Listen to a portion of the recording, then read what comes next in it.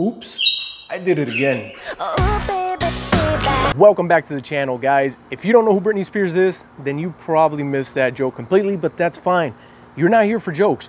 You're here to see baby birds. So let's head over to the farm. Let's go collect all of those chicks that are inside of the nest and bring them back home so we can start hand feeding them.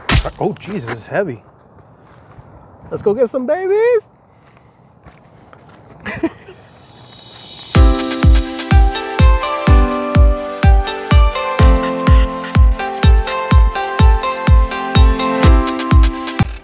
Little dumpling. He's cute.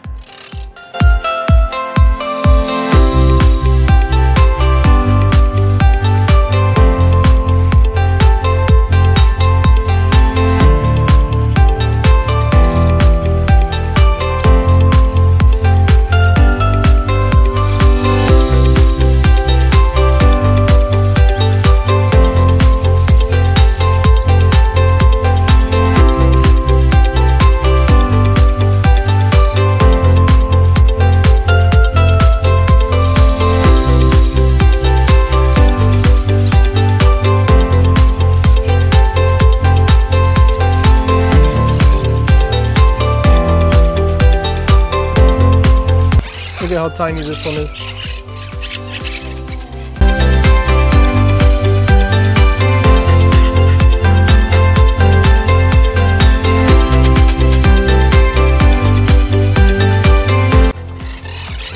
Look at this little plumper.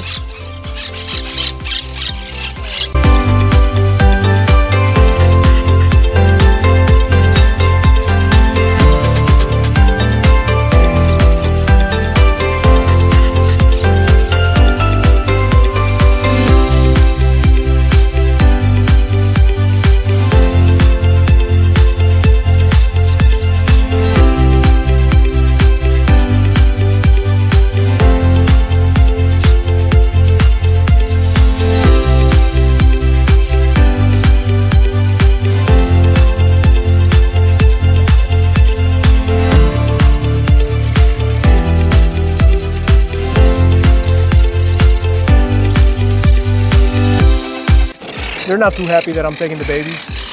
Look at this little guy, he's trying to get out. He's already big enough.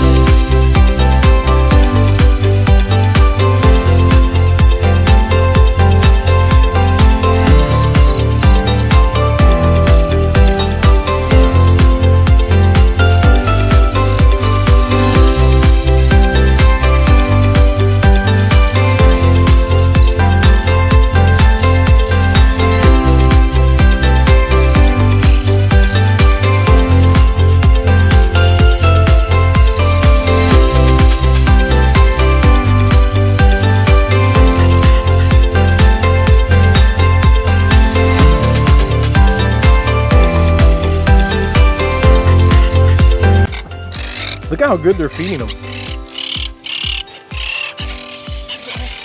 They got them very well fed.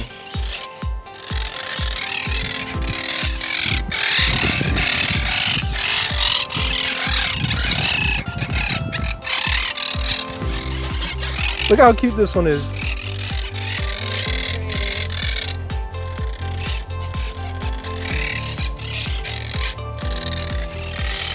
There's a lot of blue ones.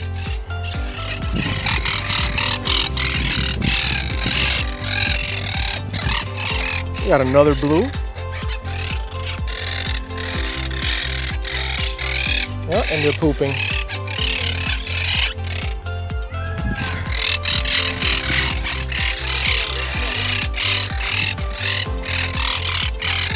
I don't know why I like the green ones. They have a pretty color, and this one has like a little bit of yellow around the top right here.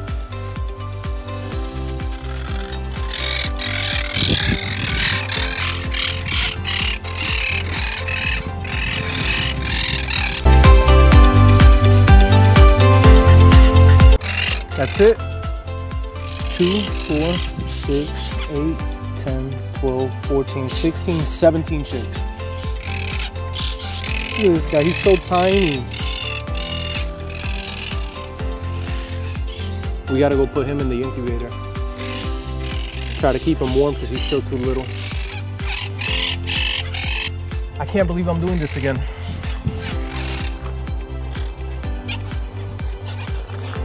I'm gonna go put him in the car, take him home, and we'll start feeding.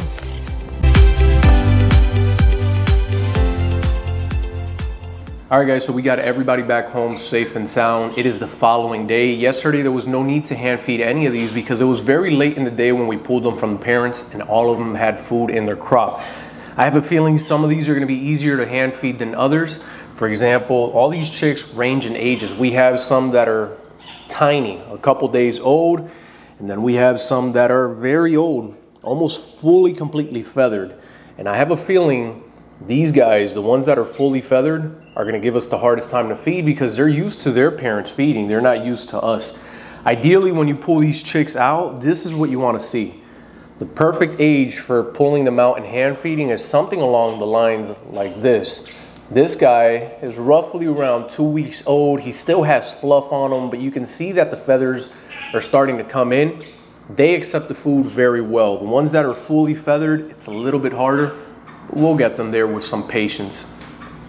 Another thing that I have to do now personally is get them used to my feeding method because these guys are used to the way that their parents were feeding them, which is completely different than how I do it.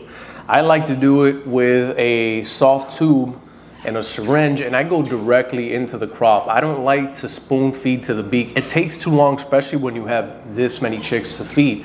But this is something that's completely different for them, especially the older ones. They may not want to open their beak. It may feel weird for them as I stick that soft tube down into their crop. So it's something that they have to get used to, and for the first couple of days, it may be a little bit weird. They may be a little bit weary or pull back and so on. But after a few days, when they realize that that's their new method of getting food, trust me, they open up their mouth and they eat. And it's something that doesn't hurt the birds at all. It's a very soft tube. Now I'm using the same exact one that I used to use for the finches.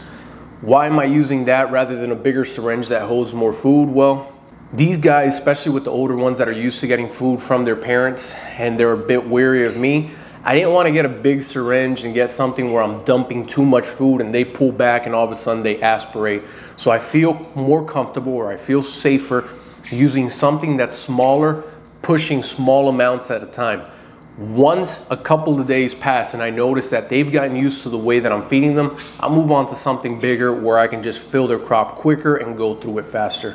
I'm gonna be honest with you guys. I can't believe I did this. I really did not think that I would be pulling out baby birds to hand feed again, especially after what happened last time with the baby finches. If you guys remember, a while back, at the end of my finch breeding season, I decided to pull out the majority, if not all of the baby finches that I had inside of the nest, just so that I can cut my finch breeding season short.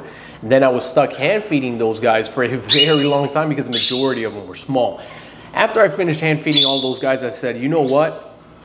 I'm probably not gonna do this again. This is way too time consuming. I have way too many things to do, way too many things on my plate, from the parrots to the finches, to the farm, to the other animals, to work.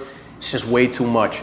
And then I saw these guys, and I don't know what happened, but here I am again doing the same exact thing I said I wouldn't do.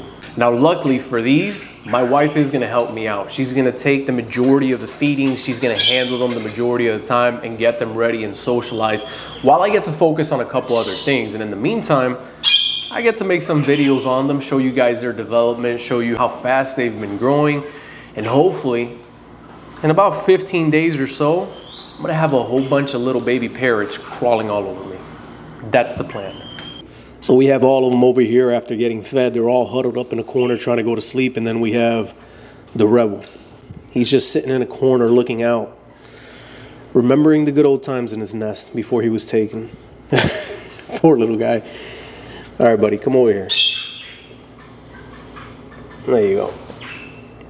All right, guys, well, this is the end of yet another video. I hope that you guys have enjoyed it. Like always, remember to subscribe and follow along so that you guys can continue to receive all these updates on all these beautiful little baby chicks. We will see each other in the next one. Bye.